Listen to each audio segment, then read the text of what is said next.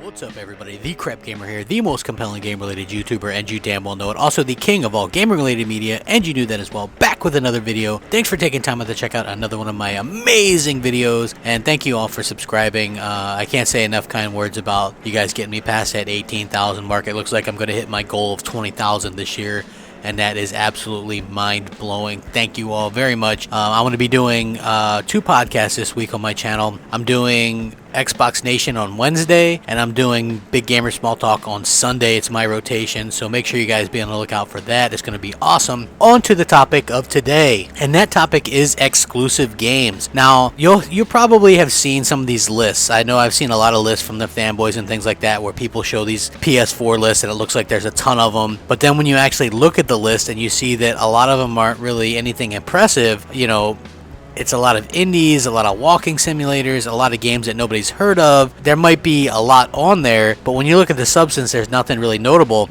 So I just wanted to talk about notable exclusives, because when you look at the Xbox One, and for the purposes of this video, exclusive is you can only play it on that console. It's not on another ecosystem. So, you know, Microsoft or a Sony, I don't really give a crap about PC. If it's on that, then it's still exclusive to me. You know what I mean? Like, as far as I'm concerned, Street Fighter V is a PS4 exclusive. You know, the PC aspect of that means absolutely nothing to me as a console gamer. So when you look at the notable exclusives, like on Microsoft, what they launch with, it was games like Rise, Son of Rome, Forza Motorsport 5, Zoo Tycoon, Dead Rising 3. You know, it was launching with really, really good games. Killer Instinct, games that I was interested in, and Sony launched with, of course, Knack and Killzone. A few months later, they came out with Infamous, which was, again, a game that wasn't very interesting for me, while Microsoft, on the other hand, had Titanfall, which was huge, you know, and I consider that to be the much better franchise. So if you look at the games, notable releases that Sony has released, it's Knack,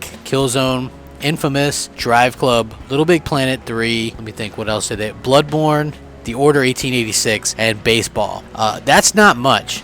You know, that's not a whole lot when you consider what Microsoft is offering on the other side and what they're going to continue to offer. You know, it's just much more robust. You know, it's something that you can't really even compare the two. I don't understand why people still buy into the comparisons. It's absolutely fucking ridiculous in my opinion, and it's really just smacks of desperation. Whenever I see these lists, most of the time I get a good laugh out of it because it's completely idiotic and funny. You know, I don't understand how people can say, like, some kind of weird Japanese game, like that's a game that anybody in North America or pretty much anybody cares about. You know, they're very niche audiences, you know what I mean? It's like Yakuza, that's not big here, nobody's buying that here. You know what I'm saying?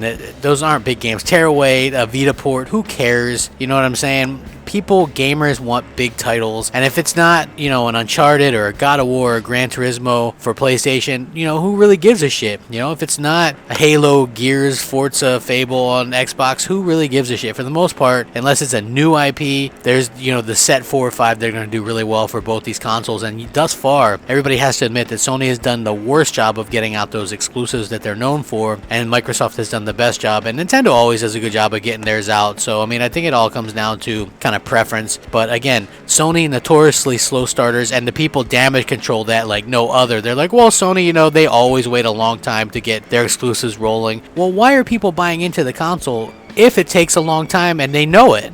To me, that's complete stupidity and asinine behavior. Why would you buy something with no support? I don't know, maybe I'm crazy with this, but stop with those ridiculous lists, Sony fanboys. You're not fooling anybody. A bunch of idiotic games that nobody's fucking heard of, what's mixed in with indies and walking simulators and remasters and all this bullshit. Nobody cares. You know what I mean? Give me something tangible. Give me something on the par with Halo 5, or get a game like a racing game out that can actually fucking compete and play well. You know what I'm saying? Let me know what you guys think. Sound off, comment, rate, subscribe. Rack that shit up. Crap Gamer out.